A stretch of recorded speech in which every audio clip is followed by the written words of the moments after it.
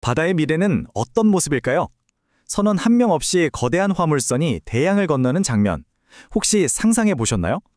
오늘은 바로 이 자율운항 선박, 그리고 이 분야를 선도하려는 영국의 야심찬 계획에 대해 자세히 알아보겠습니다. 자, 미래의 한 장면을 한번 그려볼까요? 수많은 자율운항 선박과 로봇 크레인으로 꽉 찬 항구가 마치 하나의 유기체처럼 완벽한 조화 속에서 착착 움직이는 모습. 정말 대단하죠? 이게 뭐 공상과학 영화에나 나올 법한 이야기 같지만요. 사실은 아닙니다. 영국 정부가 해양 2050이라는 국가 전략에서 구체적으로 계획하고 있는 아주 현실적인 미래의 모습이에요. 그럼 우리가 계속 이야기하는 자율운항 선박, 해양 자율성이라는 게 정확히 뭘 의미하는 걸까요?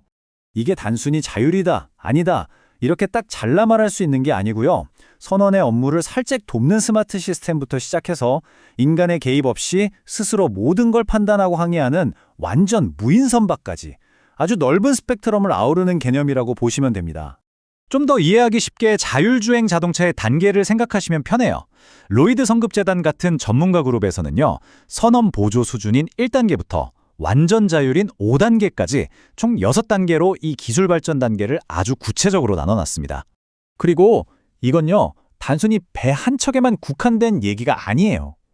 공장에서 물건이 나와서 항구로 옮겨지고, 자율선박에 실려서 바다를 건너고, 또 자동화된 크레인으로 하역되기까지 이 모든 공급망 전체를 아우르는 스마트 해운이라는 훨씬 더 큰 그림의 한 조각인 거죠. 자, 그럼 본격적으로 한번 파고 들어보죠. 왜 이렇게까지 하려는 걸까요? 이 거대한 기술적 도약이 가져다줄 이점, 과연 뭘까요? 가장 먼저 안전 문제를 꼽을 수 있습니다. 거친 파도가 몰아치는 바다 한가운데서 위험한 구조물을 점검하거나 수리하는 일, 이제 더는 사람이 직접 할 필요가 없어지는 거예요. 해양산업 자체가 근본적으로 훨씬 더 안전한 일터가 될 수 있다는 거죠. 그리고 환경적인 측면에서도 아주 강력한 명분이 있습니다. 자율기술을 이용하면 해양 오염을 아주 정밀하게 감시할 수도 있고요. 가장 효율적인 항로를 스스로 찾아내서 연료 소모를 줄이는 등 우리 바다를 더 깨끗하게 만드는 데 큰 도움이 될 수 있습니다. 그리고 당연히 효율성이 정말 핵심이죠. 1년 365일 24시간 쉬지 않고 운항하는 선박과 자동화된 항만 시스템이라니 전 세계의 물류 흐름이 지금과는 비교도 안 될 만큼 빠르고 스마트해질 겁니다. 자, 이런 엄청난 장점들을 보니까 욕심이 날만하죠. 그렇다면 영국은 이 분야에서 세계적인 리더가 되기 위해 어떤 계획을 세우고 있을까요? 그 해답이 바로 해양 2050 전략에 담겨 있습니다. 영국 정부는 정부 혼자 하는 게 아니라 산업계와 아주 긴밀하게 손을 잡고 굉장히 상세한 로드맵을 발표했습니다. 이 전략은 크게 5가지 핵심 축으로 이루어져 있는데요. 쉽게 말해서 정부가 명확한 비전을 딱 제시하고 기술 개발과 인재 양성을 적극적으로 지원하면서 무엇보다 안전하고 개방적인 규제 환경을 만들겠다는 게 그 핵심 내용입니다. 그리고 이런 계획에 대해서 L3ASV 같은 업계의 주요 전문가들도 아주 강력한 지지를 보내고 있어요. 이건 그냥 정부가 이렇게 해! 하고 지시하는 게 아니라 모두가 함께 미래를 만들어가고 있다는 뜻이겠죠. 물론 이게 그냥 계획서에만 있는 얘기가 아닙니다.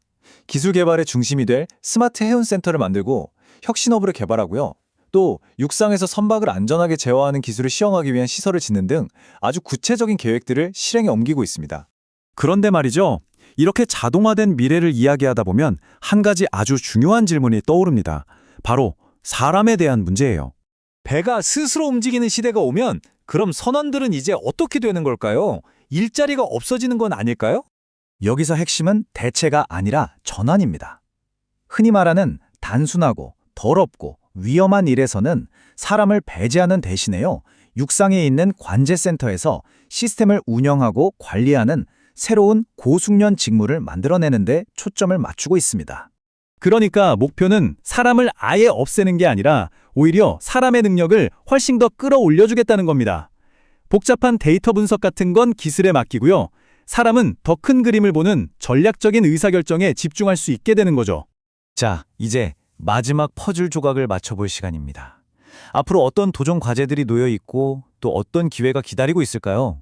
가장 먼저 부딪히는 큰 벽 중 하나가 바로 규제 문제입니다. 한번 생각해 보세요. 아직 상용화되지도 않은 새로운 기술인데 이걸 위한 국제법이나 국내법을 새로 만든다는 게 정말 복잡하고 어려운 일이겠죠? 물론 이런 어려움을 뚫고 나갈 열쇠는 결국 기술에 있습니다. 더 정밀해진 첨단 센서, 방대한 데이터를 분석하는 능력, 그리고 인공지능과 로봇공학. 바로 이 네 가지 핵심 기술이 빠르게 발전하면서 자율운항의 미래를 현실로 만들고 있습니다. 과거에 증기기관과 육분해로 전 세계 바다를 지배했던 나라, 바로 영국입니다. 이제 그 영국이 정부와 산업, 그리고 혁신가들의 힘을 하나로 모아서 이 새로운 도전을 헤쳐나가려고 합니다. 과연 영국은 자율운항이라는 새로운 바다의 미래를 다시 한번 선도해 나갈 수 있을까요?